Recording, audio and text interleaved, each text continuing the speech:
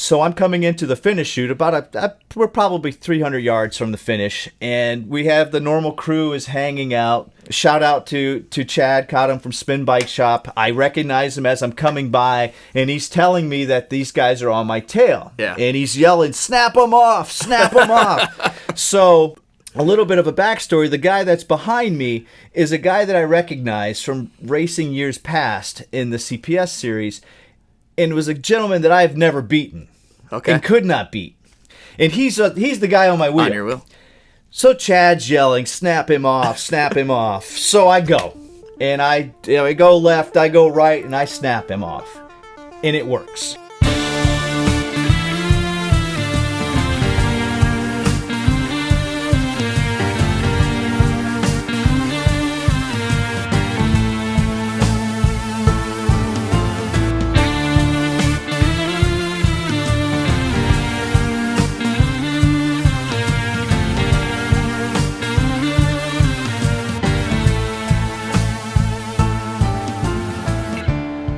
Hello, everyone, and welcome to the Dirty Chain Podcast, brought to you by Michigan Midpack Media, the podcast that covers the Michigan cycling scene from the viewpoint of the Midpacker. I'm your host, Trevor, and on this episode, we have a special guest co-host, Scott Richard. Scott is a two-time finisher of the Ore to Shore, the race that we talked previously about in episode 3 of the podcast. He's here to share his firsthand experience with that particular race. Also in this episode, we will check in with Sheldon from Lake City, Colorado, as he is preparing for the Lake City Alpine 50. But before we get into all of that, Scott, how was your week in the Midpack? Trevor, thanks for having me. Midpack was good. You know, that's usually where I sit. So lots of good rides. Well, we just got back from a ride today. It's Thursday night. We have our Thursday night gravel ride. And Scott, you were sitting up front most of the time. Well, that's where I try to stay sometimes, but it doesn't always work out. We were missing a few speedy guys up there too, so I was pulling my weight, as they say, and having a good season. Yeah, having a good season. For sure. You're riding super strong this season. I had to ride fast because I had to be the first to parking lot beers. That is the most important part of the ride. It has become a staple in Thursday night rides, and it's a great addition to that ride. Well, now we have studio beers, so what are you drinking right now? Well, we have some Black Rocks, 51K, wonderful IPA here. I thought we would stay in the general... Well, in celebration of my trip to Marquette and the Ore to Shore experience, you know, you have to drink UP beer. Right? Yeah, for sure. Absolutely. So Sheldon and I talked a little bit what the Ore to Shore was, but neither Sheldon or I have ever raced that race. So we thought we'd bring you in and you could help give a little insight on the race. So give us a little rundown of the weekend. So this year I extended the trip a little bit longer. Marquette's not close, so it's depending on traffic and speed and all those things. You're at least 6.5 hours committed to get there. Okay. So I chose to take a few extra days prior and a few extra days post-race to enjoy Marquette. So I was able to leave Thursday, got up there. So I rode Friday, just a casual ride, no dirt, no trails. The race, what day was the race on? Race was Saturday. Saturday. So you're there the day before. And there's a large group we go up with. I'm fortunate to have a friend of mine that has a place up there. So nice. That he hosted a lot of people. Is this what you did last year too? Same thing as last year. Okay, great. Yep. And then we settled in, and then just like typical pre-race day on Friday for me, I didn't open my first beer till about 11:30. I waited. In the morning? Yeah, okay. yeah, I waited. And wait, hold on. Was there a packet pickup or anything like that? Yes. Or like a expo kind of thing? Yes, right downtown Marquette there by Northern University. They have a little civic center where they do host for the packet pickup. This year was very busy. We thought we'd get in there early and kind of dodge some of the crowd, but apparently a lot of people came up early this year to enjoy the area. Sure. And so it was quite a long line to wait to pick up packets. Once we got through the line, there was some expo stuff there too. Nothing as large as maybe some of the other events. You may be familiar with like the Iceman and those types of things. But there was probably 20 vendors or so that were there with other products from bikes to gear and that type of thing. So you stayed in Marquette. Where did the race actually leave from? Where's the starting line? So there's 2 different starts for the race, depending on the Soft Rock, which is the 28-mile version, leaves right from Ishpeming. Okay. And then the 48-mile race starts in Nagani. Okay, so Marquette is like the finish line, Correct. The final destination. It is a of the whole thing. point-to-point. Okay, gotcha. Yeah. And you did which version? The 48-mile. You did Hard Rock. Okay, Yep. great. From Nagani, and then Did you do that last year and this year? Correct. Okay. Yep. Great. Yep. So, but it was a blast. I mean, I came into Saturday race day in much better condition than I was the year prior. Yeah. Yeah. So. What time did the race start, and what was the weather like this year for your race? Weather was perfect. It was it's the UP. I mean, it was probably 60 in the morning. Start time was 10 o'clock. Okay, so it wasn't super early. No, it starts an hour after the 28-mile startup. Okay. Which is fine, and it worked out. We had enough people staying at the house, so logistically, because it's a point-to-point race, you get drivers that will take you to the start, drop you off. Do you know? Do they have like a shuttle system for people that don't have that luxury, or do you know at all about that? I've never had to use that. I mean, again, it's only my second Order Shore, but I know that they have tags for shuttling gear, like bags and things like that. So I assume that's probably also the case for riders. Okay. Now, it's claimed, or it's branded as a mountain bike race, but talk a little bit about the conditions and how technical it is, how smooth it is. Personally, not riding up in Marquette, I know that they have some pretty gnarly trails, but I'm just kind of interested about how this specific one is. Yes. So, yes, it's branded as a mountain bike race. It's very similar to Iceman, which more people are probably familiar with, where they also call a mountain bike race, but you have a lot of 2-track, a lot of passing.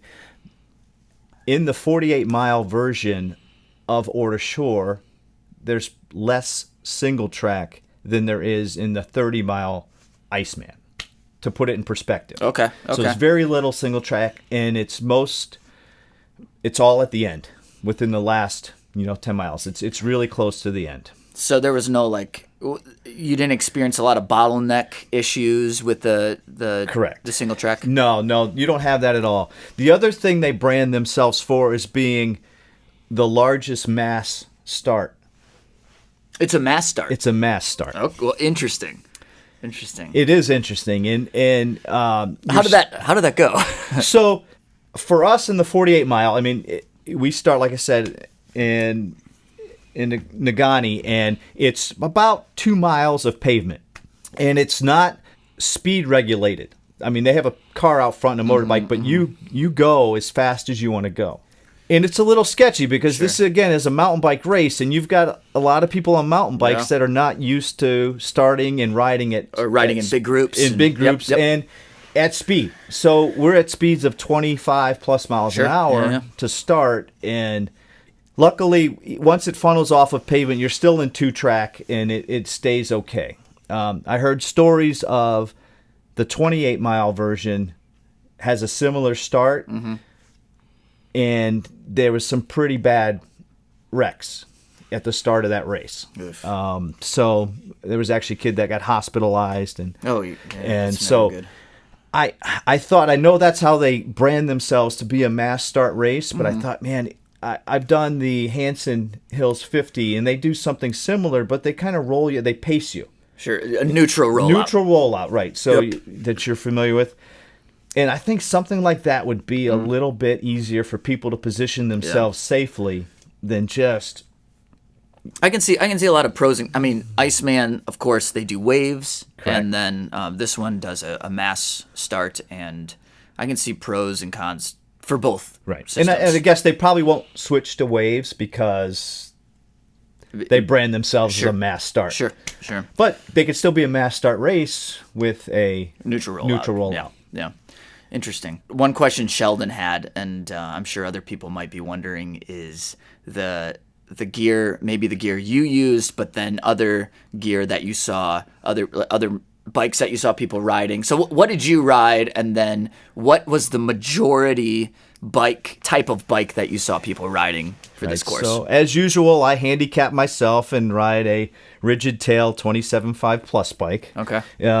But I saw everything from, obviously fat bikes, but there's a category separate for those. Sure. I did see some gravel drop bar bikes, but nothing traditional. I mean, they're still on like a big 2-inch tire. Yeah, big or 2-inch tire. Or if the way the new gravel bikes are set up, and that's become popular too. And that race is absolutely set up for that type of thing too. Do you have any idea the winner what they were riding? Do you know? I never saw him. Couldn't catch him. I do not. I'm just curious.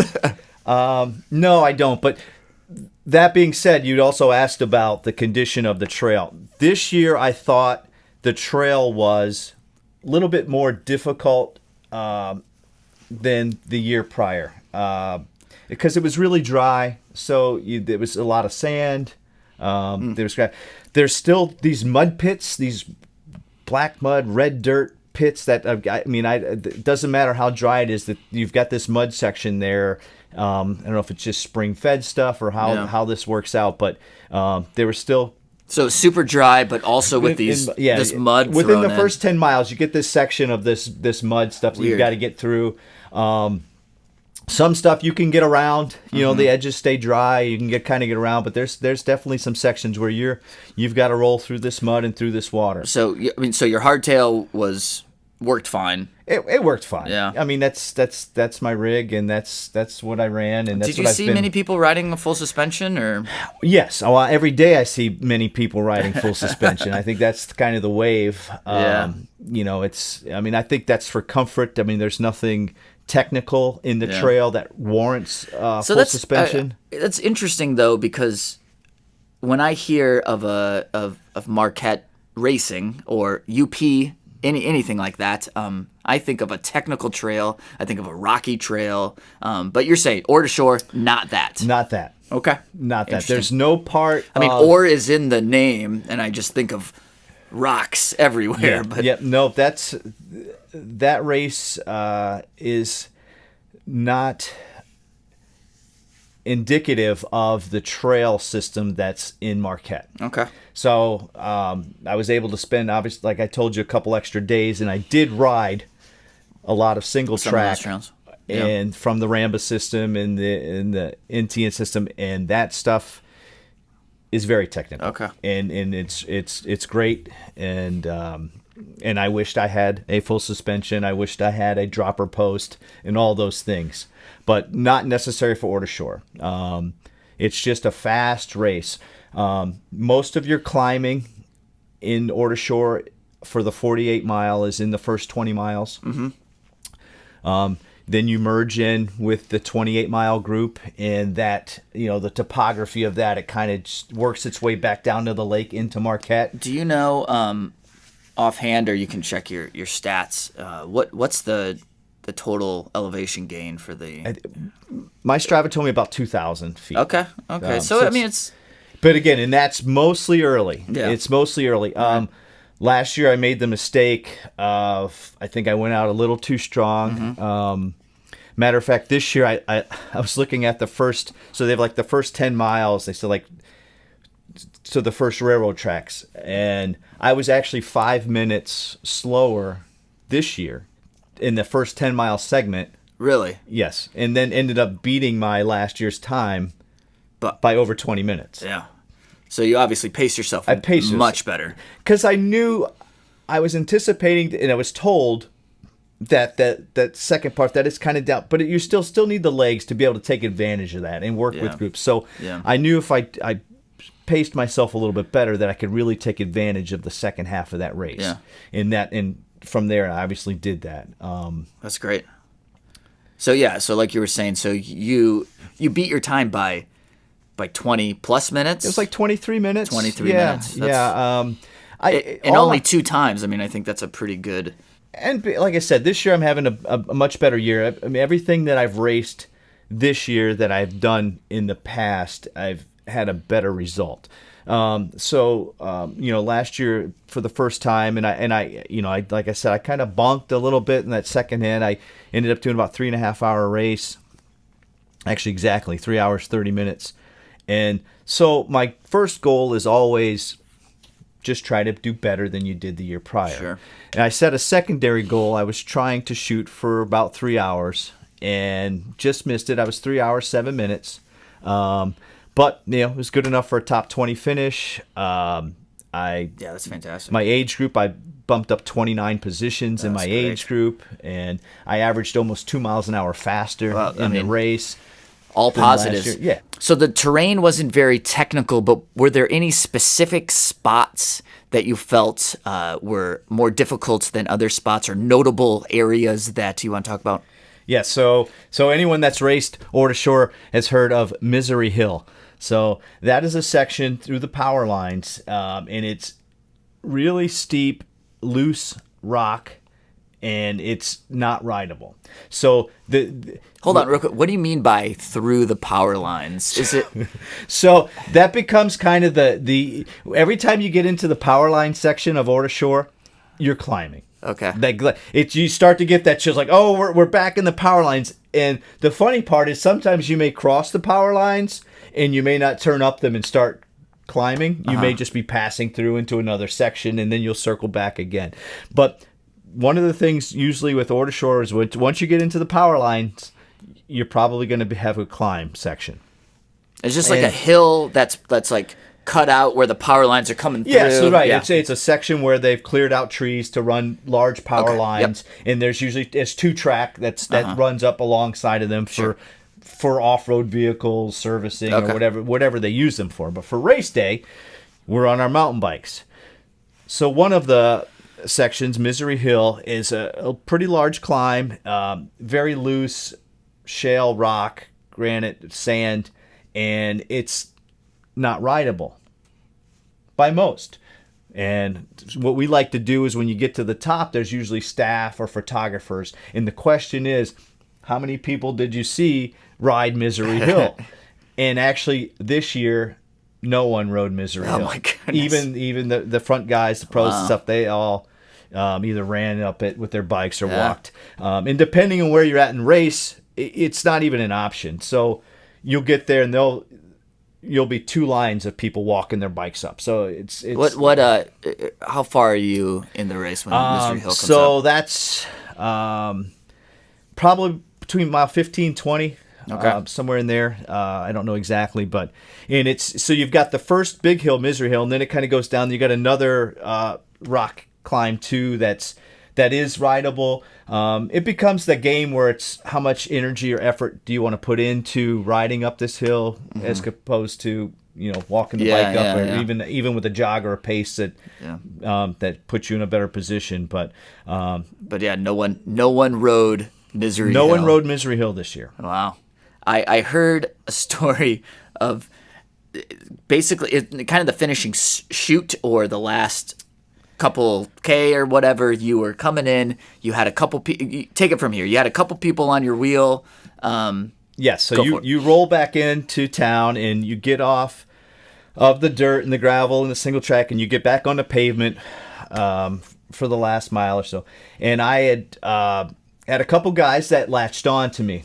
So I'm coming into the finish chute we're probably 300 yards from the finish, and we have the normal crew is hanging out spectating. So these are friends and big crowd. There's a large crowd, but this is the house group, right? This is the crew that came up. And some of them were 28-mile racers that had finished already. Some of them were just support. Like I said, that gave us rides. Your crew. This is our crew. Yeah. So Shout out to Chad, caught him from Spin Bike Shop. I recognize him as I'm coming by, and he's telling me that these guys are on my tail. Yeah. And he's yelling, snap them off, snap them off. So a little bit of a backstory. The guy that's behind me is a guy that I recognize from racing years past in the CPS series, and was a gentleman that I've never beaten and could not beat.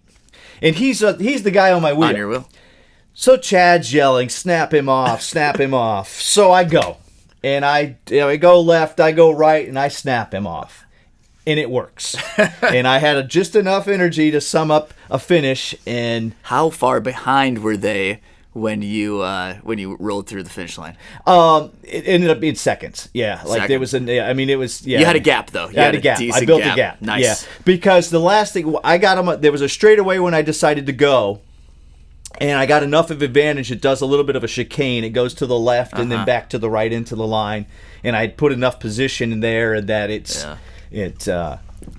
was at least a second off the guy that was on the wheel behind me. That's fantastic. So you finished the race, and I could imagine that you are hankering for a beverage, maybe even a beer. They had a beer tent, and the beer tent got hit pretty hard by the 28-mile riders because they were done quite a bit earlier because they started an hour earlier and had 20 less miles to ride. And so the kegs were pretty thin by the time we got down there, but it's still a good time. They also have multiple races for kids too. I think they have a 10-mile version. Yeah, that's what I saw.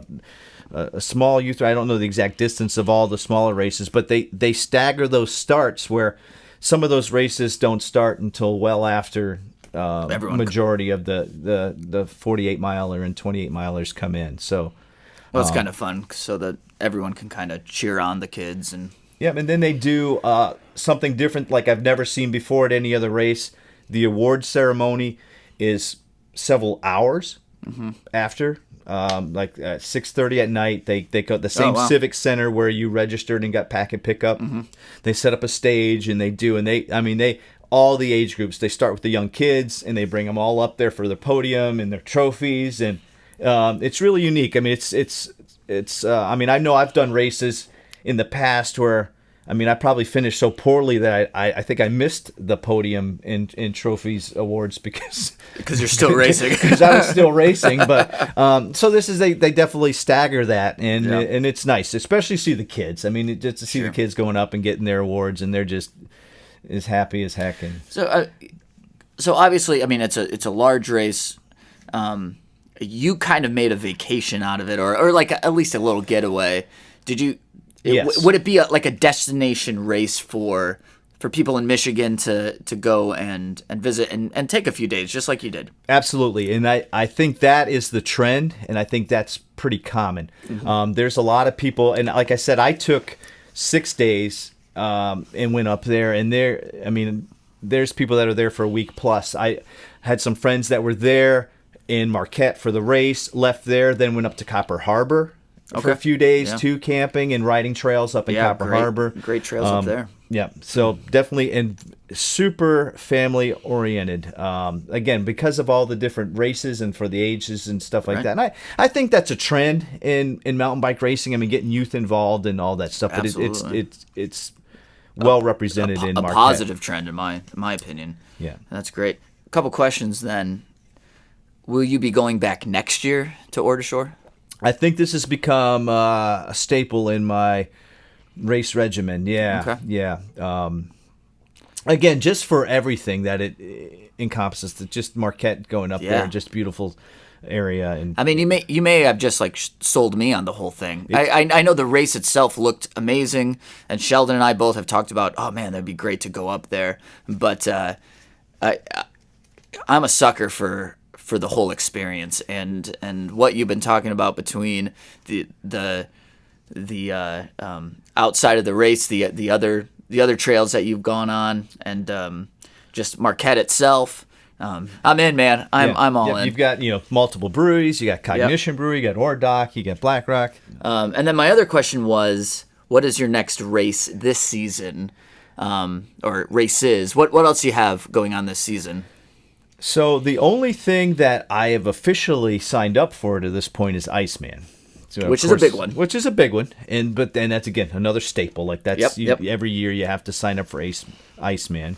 Of course, you used to have to commit to these races so much ahead of time. Iceman, that's kind of changed a little bit now. I joke the first Iceman I did, I guess this is about 7 years ago, 6-7 years ago.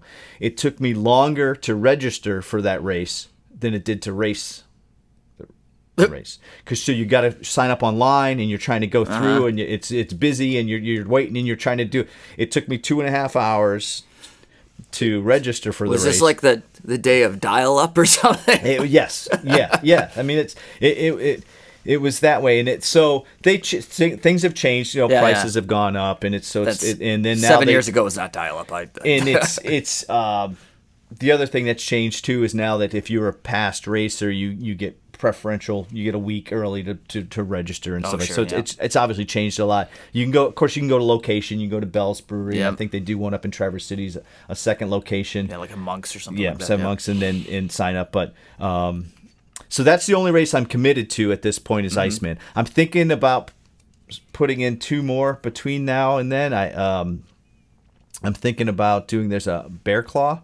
I believe it's a mountain bike race up Cadillac. I'm thinking about that. And then Peak to Peak is one that has been on the radar. It's a great, it's in October. It's, good prep before Iceman. And I've yet to do that race. Okay. And I've heard that's a blast and a really good time. Still a mountain bike race? Still a mountain bike race. And so those are the 2 that I've got my eye on, but have not officially committed to yet. Okay. Well, Scott, thank you for being here. Thank you for talking to us and shedding some light on Ore to Shore.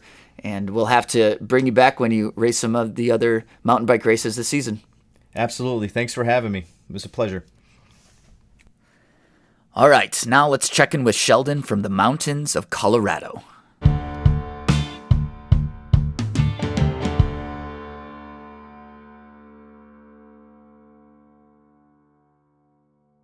Hey everybody, this is Sheldon checking in from beautiful Colorado. I flew in yesterday morning and immediately headed out to Leadville.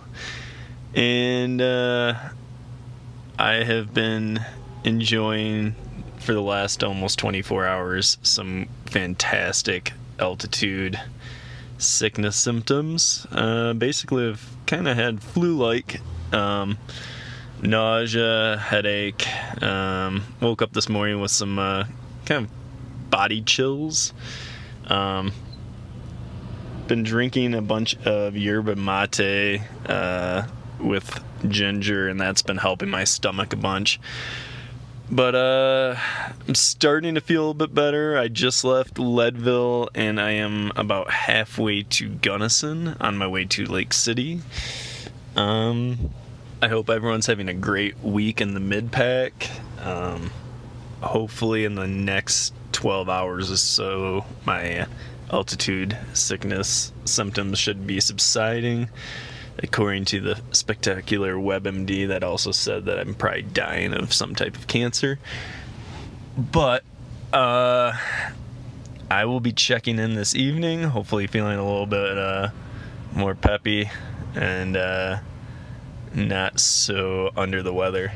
But the views are spectacular out here. I did a little bit of riding yesterday, not much, just enough to realize how much my body does not like riding at yesterday I went over 11,000 feet. My lungs were on fire. Muscles felt good. That was the one promising thing, is my muscles never really got too painful. But yeah, I'm gonna go hop back in the car, complete this drive. Been taking lots of pictures, so in the next little bit we'll start getting some of these posted up to the Instagram. All right, everybody, have a great weekend in the Midpack, and I will check in later. Now, I'm no expert, but the symptoms that Sheldon was just giving us for his altitude sickness seems more like he's just hungover, but whatever. I'm certainly not jealous of that, but I am super jealous of his trip out there and the opportunity he has to race the Alpine 50. By the time this episode is released, Sheldon may be in the middle of the race itself or have already finished, so we will for sure be waiting to see how he did and hear all about it in the next episode when he recaps the Lake City Alpine 50. Thank you again to Scott Richard for making the time to be with us and to share his experience of the Ore to Shore. Of course, thank you for listening. As summer winds down, we're looking at a busy fall for the Dirty Chain podcast, highlighting the remainder of the racing season, but especially looking forward to the Iceman Cometh Challenge. We hope to have a lot of good material for you as we get closer to that race in the next couple months. But as always, keep your chain clean, but get your chain dirty. See you in the Midpack.